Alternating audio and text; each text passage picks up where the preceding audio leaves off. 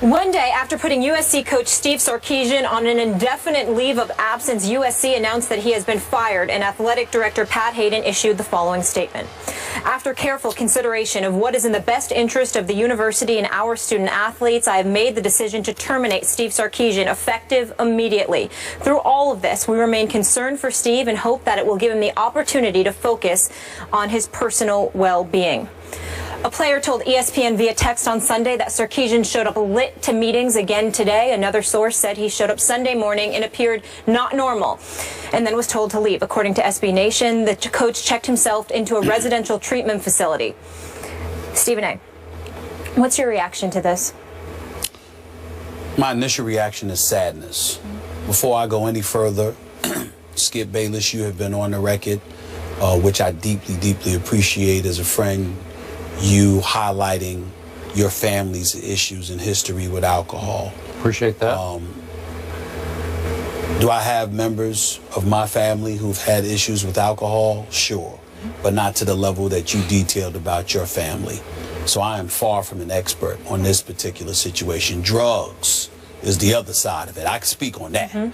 But alcohol is obviously a different drug that I'm not that familiar with. It is different. It is different, okay? Having said all of that, my heart goes out to the Sarkisian family and him himself. I hope that he gets the help that he needs. You don't wish this on anybody, and I'm certainly not going to sit up here and vilify and excoriate this man who clearly needs help. He doesn't need to be vilified. He doesn't need to be insulted.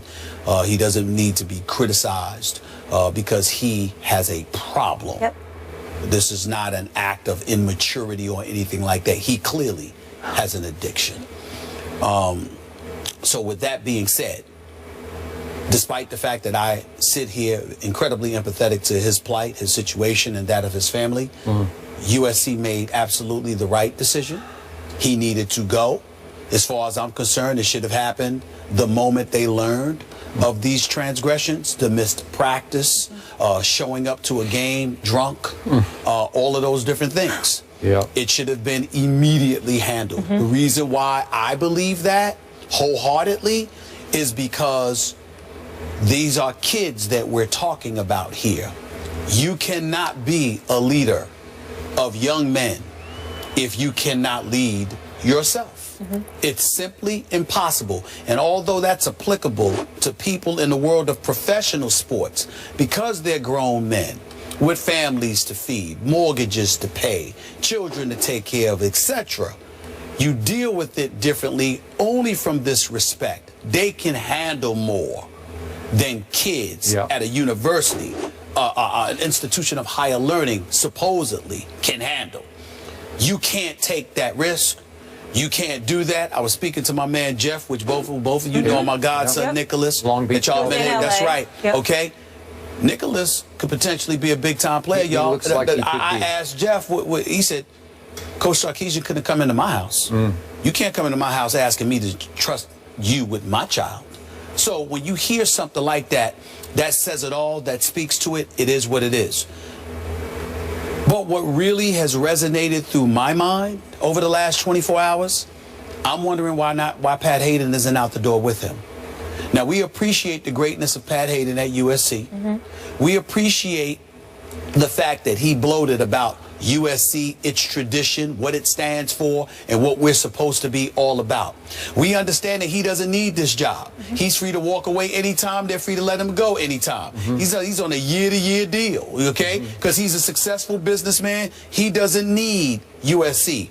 And under no circumstances do I want to come across as an individual that in any way is trying to impugn the character and the integrity of Pat Hayden. Because I understand that as a man, meaning himself, what he stands for, by all accounts, he seems to be a very good man.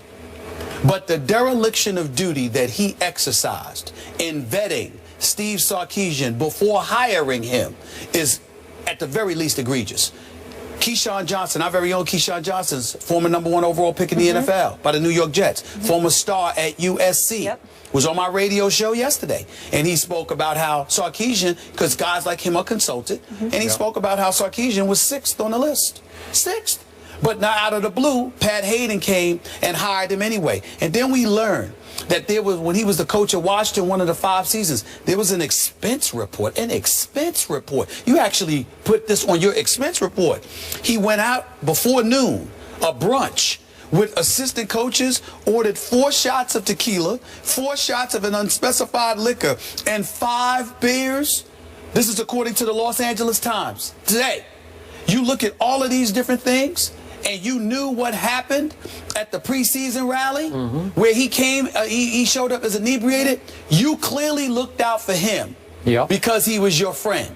You clearly looked out for him because of your relationship. You clearly looked out for him at the expense of what was in the best interest of USC. At the very least, Pat Hayden should have nothing to do with the next head coach hired.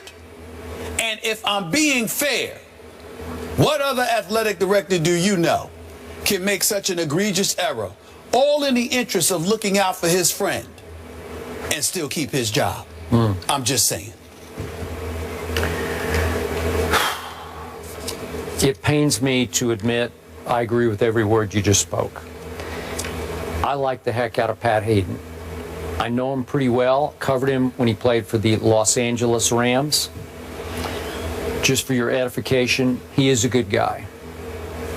Might be a little naive. Wasn't the typical pro football player because he was magna cum laude at USC, which led to him being a Rhodes Scholar at Oxford. So he didn't really fit the profile exactly of the NFL player. Not that they can't be good in class and smart, but he just didn't. He was always a little bit of a fish out of water in the locker room. And I always found him to be a little bit rose-colored glasses. Everything was going to be okay. He would see nothing but the good in everybody around him in the locker room. He was a pretty good quarterback in the National Football League. He won some games as a little undersized quarterback. Los Angeles Rams. Boy, he won one against my Cowboys in Dallas, a playoff game when you're beating Roger Staubach, and it was something to behold. But I'm not sure he's qualified to be an athletic director. Maybe a fundraiser for USC, and to your point, he was a highly successful, high-powered attorney before he took this job for the sake of his alma mater. And a businessman, Yeah, he's a businessman. Yeah, he made a lot of money.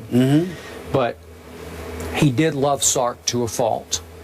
He had a soft spot for him that turned into a blind spot for him, which is very, very dangerous. All your evidence and information that has come to the fore is damning, because the man who was such a great student did not do his homework in his coaching search. And the fact that it's now been reporting that several of the Huskies he coached at the University of Washington are saying, oh, he had alcohol issues that impacted his ability to do his job as a coach when he coached here in Seattle. Really? And Pat Hayden seems oblivious to all this, rose-colored glasses on.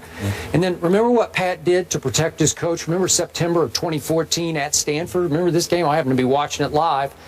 Somehow Pat Hayden gets a text up in the press box in his wherever suite he was, and he's supposed to go down on the field to help Sark, who's into it with a couple of the referees. And he went down on the sidelines, and Pat Hayden is screaming at the referees from the sidelines, member of our committee that picks our playoff finalists for college football, and he was on the hot seat over that because that's out of bounds. You know, you completely, literally crossed the line onto the football field. And remember, USC is a private institution, so they can do whatever the heck they want to do. Nobody's going to tell them one way or the other, and they all love Pat Hayden. I'm with you. I don't think he should be allowed to pick the next head coach, just because here's the final irony. The most painful irony of all to me is that Pat Hayden, being true blue to his buddy Sark, enabled him to fail at USC. If he had used what the alcoholics call tough love back before the season started and put his foot down and said, you are going to rehab now. Absolutely. We will go interim. We'll pick somebody on our staff to get us through. I know we have a good team. We have a chance to have a great team, but we're going to get through this year, and then you're going to go fix yourself, we hope, and then you're going to come back next year. That would have saved his job. I'm pretty sure we were all sat back, right? And his career. Yeah, wouldn't we have all sat back and said, boy, it's a tough thing he's going through, but we'll wait and see how it turns out for next year for Coach Sarkisian. Am I right? Okay, he didn't let that happen. He let the wrong thing go out of too much blind love for Sarkisian. A couple of points I want to make based off of what you just said. Number one, I am not going to sit up here and speak about a man with such impeccable credentials who is so revered and act like, oh my goodness, he should be fired because he made a mistake. It was a dereliction of duty. It's not that. It's that Pat Hayden is about fairness. Pat Hayden is about what's right and wrong. No, he is. I agree. Any other You're institution that you point to, what athletic director do you know would get away with making such a number of egregious errors as it pertained to one individual? They wouldn't get away with it.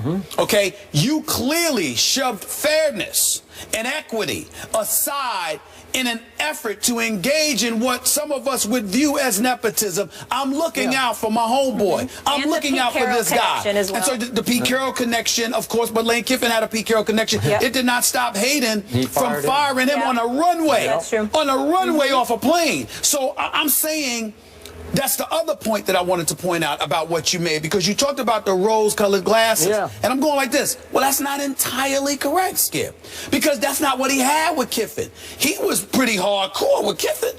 There was no rose-petaled glasses there. He was pretty hardcore. Well, I think Lane pushed him until he just couldn't be pushed anymore. I'm just saying, but Lane didn't push him like this. In a different way. Lane confronted him and challenged him. Lane confronted him and challenged him because Lane Kiffin was thinking about what he inherited post Pete Carroll, the pressures of succeeding the man, and on top of it all, still having to win full games with lesser than 85 scholarships because it was confiscated from them because of what transpired during the Pete Carroll era and all of this other stuff, even though a lot of people at USC think that was bogus. Nevertheless, Lane Kiffin was in his face saying, whoa, whoa, whoa, I understand where you're coming from, but look at what I'm having to deal with. So you get rid of him. Ed Orgeron goes 7-2 in 9 games. He did. Had a great relationship with the players, had great relationships at USC. Pete Carroll said, Pat Hayden said no. No. Then, like Keyshawn Johnson said, we got numerous candidates to look at. You bypassed all of these dudes to go with who was number 6 on my list and most people's list, because even though he was in Washington 5 years, they called him 7-win Steve / Sark or whatever, because he couldn't get above the 7-win plateau. Although he started from nothing there. I understand that. He started from nothing. It was a mess. He did all of that. All I'm saying is, you do all of that, and Pat Hayden brings you in. You not only didn't demand that he seek help, you glossed over it. And by the way, let me ask you this, Skip, to end this, to end my point about this. Didn't you just say magna cum laude? Rhodes Scholar? USC Rhodes Scholar, yep. Doesn't Pat Hayden strike you as a relatively thorough individual? I would say he is. I would think you would have to be to achieve what he did. Are we to sit here? Is there anyone else you know that have those kind of credentials that would be accused of not doing their homework? That's what I said. Hold on, wait a minute. What I'm saying is this. How do we know he didn't do his homework? How do we know he did do his homework and said, I'm going to bring my boy in here anyway? See, that's where it gets tight. Because am I really to believe this is an expense report? Yeah. That's what an expense report. Maybe he didn't think it was a problem, though, like alcoholism. Maybe he thought the guy likes to party. I am in no way saying that Pat Hayden said, I know you got a problem, so I'm going to bring you here anyway. What I'm challenging is this notion, you knew nothing? Okay. You knew nothing. Yeah, okay. If we on the East Coast, I'm not Keyshawn Johnson. I don't give a damn about USC. Okay, I like going to their game. The one game against Stanford, I love Southern California and watching a football game in 90-degree, 100-degree weather. It was actually kind of fun. But let's be clear, I'm not losing any sleep over USC. So why is it? And I knew about Sarkisian. So how do you not know Pat Hayden? You didn't know? Really? All right. I find that hard to believe. To answer you with fairness and objectivity. Please. I know a lot of people who have covered Sark, who know him personally as a reporter to coach relationship. They love this guy. He is lovable. When he came here before the season started and visited, even we had Ryan Clark on the show, met him over at the hotel and just loved him. How can you not like him? Skip, I had him on my radio show. I sat down with him for 20 minutes. It's the only time I've ever interviewed the man. I actually love the guy. I mean, it was a pleasure talking to him. That's the point. But what I'm saying to you is this. Nobody's challenging whether he's lovable or not. I'm saying, you Pat Hayden, you knew nothing. Well, you knew. Tell me you loved him and you just didn't think it was a problem. But this notion that he was completely oblivious, we know about it on the East Coast, so we ain't paying attention to USC. How do you not know? It's impossible to me that this man didn't know this stuff. He did it. He hired him anyway. And that's why I agree with my man, the great Paul Feinbaum, who basically called for Pat Hayden to dismissal and said at the very least he should have nothing to do with the hiring of the next head coach. And I completely agree with that. I'm with you. I completely agree with that. And as you mentioned, Mr. USC Keyshawn was saying last night on Countdown, no more Pete Carroll coaching tree. We really need to get the right guy in here. And Keyshawn would know. He would know. The Trojan War airs tonight that he executive produced. Good point. That's right. We have another big-time coaching vacancy. Steve Spurrier leaves South Carolina. We'll tell you why the head ball coach retires mid-season. That's after the break.